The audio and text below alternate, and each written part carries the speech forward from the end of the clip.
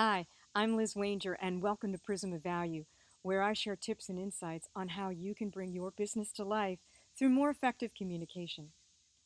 We live in a very confusing world, but sometimes we make it even more confusing because we're not communicating clearly.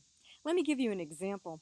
Last week I called a doctor's office, got voicemail, was told to call a nurse. Call the nurse. An hour later, the nurse calls back and says, "I'm the wrong nurse. For what you're calling about, you needed to talk to the other nurse." Who knew?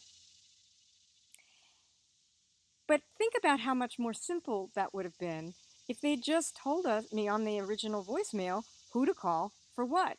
Would have saved me some aggravation and that poor nurse who was inundated with misdirected phone calls. So what do you do about this? Well, I'd like to offer a 3-point solution. PAM. Point, action, method. Point.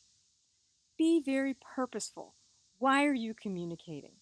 Don't bother communicating unless you're very clear about what it is you're trying to get across and why it matters to the people you're trying to reach. Think very hard about your message and what the purpose of it is. Action. What do you want people to do now that they've heard your message?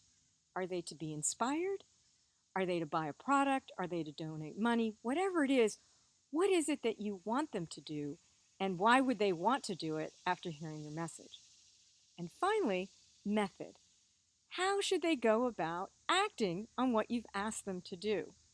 Should they send an email, go to your website, drop you a line? What is it that you want them to do, and make it easy for them to do it?